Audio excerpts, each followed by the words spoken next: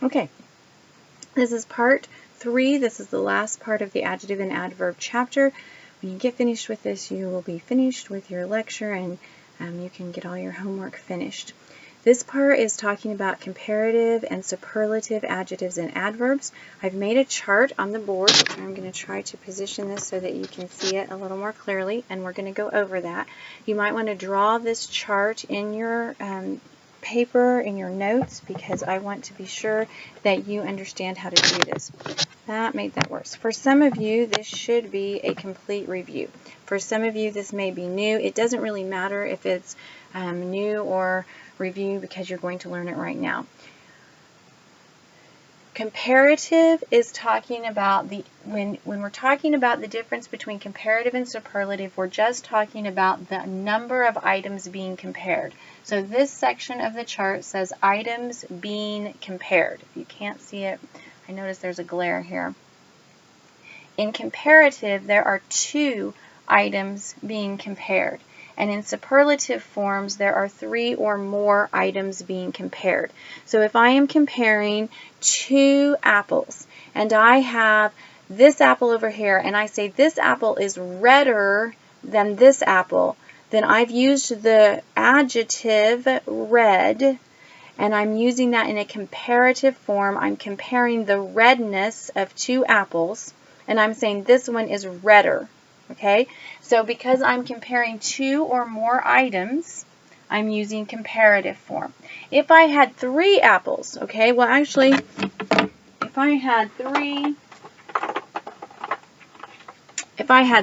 red Expo markers, okay, and I'm talking about these 3, and I'm saying that this one writes the darkest of all of my red markers. In other words, these 2, they're wearing out. Okay, this one is the darkest. I'm comparing the darkness, the quality of dark, okay, of 3 markers, and I'm going to use the superlative form because I have 3 or more.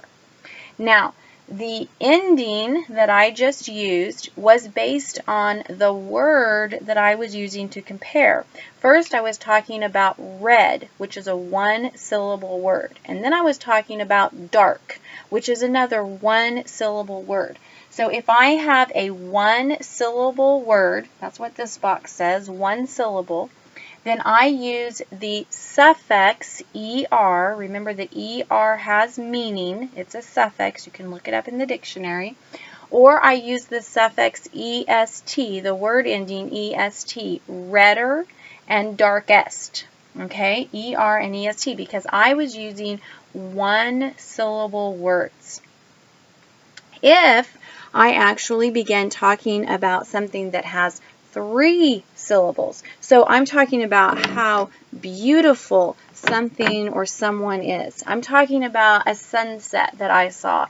And I say that is the most beautiful sunset I have ever seen. I'm comparing all the sunsets I've ever seen in my entire life. Okay, so that's definitely 3 or more. And I'm going to use the word most plus the word. That's because I'm talking about 3 syllables. I have a word of comparison that is 3 syllables or more. Sometimes you have words of comparison that are more than 3 syllables. So I'm going to put the word most in front of it if I'm in the superlative, but if I'm in the comparative, comparing only 2 items, I'm going to put the word more in front of my word of comparison. The sunset tonight was more beautiful than last night's sunset. Now I'm only comparing 2 sunsets, and so I'm just going to put the word more in front of my 3-syllable word of comparison, beautiful. Okay, so if you have a 1-syllable word, you add ER, and if you have a 3-syllable or more word, you add EST. But that leaves us with the question of what do I do with 2 syllables, okay? Words that have 2 syllables, we're going to put a big question mark because you may use ER or you might have to use more. And you might need to use EST or you might need to use the word most. And honestly, most of the time, if you're surrounded by people who speak well, And that just depends on the luck of the draw in some respects. If you're surrounded by people who speak well, you probably actually will know the correct form. Should I say or est, or should I say more or most? But if you don't know, or if you're just not sure if you have the right word, then you need to grab your dictionary, because your dictionary will tell you. It'll have the entry, and then it'll have the ER or EST if that's how you form that. If you don't form it with an ER or EST, then you form it with more or most. The online dictionaries, most of them continue that tradition. If you are not sure, you can try Googling, is this word? Try it with the ER and see if it comes up and tells you that's not a word. There are options, but the option to be ignorant is not an option. It's also not an option in your writing. I will count you wrong for it. You need to know, do you make this more or most? The 1 syllable and the 3 syllables are almost all correct. We have changed funner and funnest into more fun and most fun. So it is no longer correct to say funner or funnest. We say that was more fun, or that's the most fun. That's the most fun I've ever had. That was more fun than whatever. That's an exception to the rule. It's an actual incorrect exception, but it's like some of the others we've looked at. We're now accepting the wrong form in place of the right form. Okay? There are some other exceptions. There are exceptions that are what we call irregular forms. And so your book is going to talk about the irregular forms on page 425. Some of the irregular forms, this is not all of them, and I'm going to give you, these are the ones that are most common. I think the worksheets, the additional worksheets on lore may add 1 or 2, but these are the ones that are most common. Good and well become better and best. Notice that one of those is an adjective and one is an adverb, but they both use the same comparative and superlative format. Bad and badly become worse and worst. Again, adjective and adverb both take on the same comparative and superlative form. Some, much, and many all become more and most. Some, much, and many all become more and most.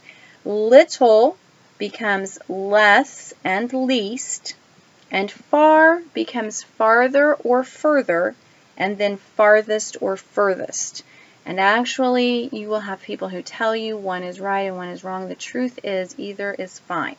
Okay? In the Midwest, we usually say farther and farthest, but it's not a guarantee. Okay? And so there's not really a complete right or wrong on that. Practice 7 reviews all of the things we've just talked about. Practice 8 reviews the comparative and superlative. Okay, look now on page 437. They're just reminding you about better and best. I do not see that being a problem in this particular class, so I'm not going to spend a lot of time on it. You should read it.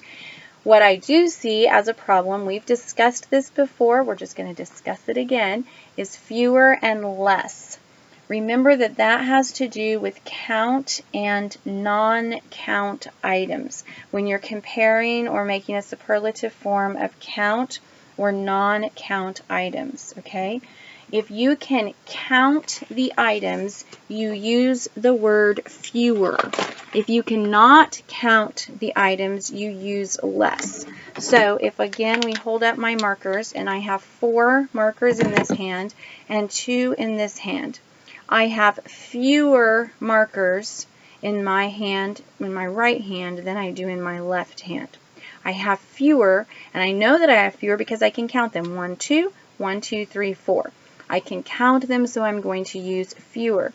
But if I am just talking about patience, okay, I can't count how much patience I have. Some days I have less patience than other days, okay? My children can attest to that fact. So if I am simply talking about how much patience I have, something that I can't count, then I'm going to use less. I have less patience than yesterday, but I have fewer markers today than I did yesterday. So it's all about, can you count it or can you not count it? That's the whole entire thing with that. Then there is a hint on the bottom of page 437. It says, although you would usually use the in superlative forms, you can use it in some two-part comparisons. In these expressions, the second part is the result of the first part. The more you exercise, the better your health will be. It's just showing you how to correctly use the word the, but it has to be a two-part comparison. If that makes sense to you. If it doesn't, why don't you ask me in class, because I think if it doesn't, I need to know why it doesn't. Okay, practice 9 is just got 15 adjective adverb errors. It's a lot of different kinds of errors. It's kind of cumulative from the whole chapter. You are responsible for reflect on it. You do have a quiz next week in class. And then the final review, remember that you have to underline and correct the errors, and there are 20 of them, and that's also final review. You do, in addition to the workbook worksheets, have the pages on lore. You're supposed to look at those, read through those, and complete the brain activity. I think it's number 4. It says it on your syllabus. You have a quiz next week, and you need to finish your final draft of your analysis essay. Okay, if you have any questions, feel free to email me, contact me on lore, whatever. I'm sorry that it took me a long time to figure out how to get this done, and we had to do 3 parts, but at least we finally have it for anybody who needs some extra help. I will see you in class. Goodbye.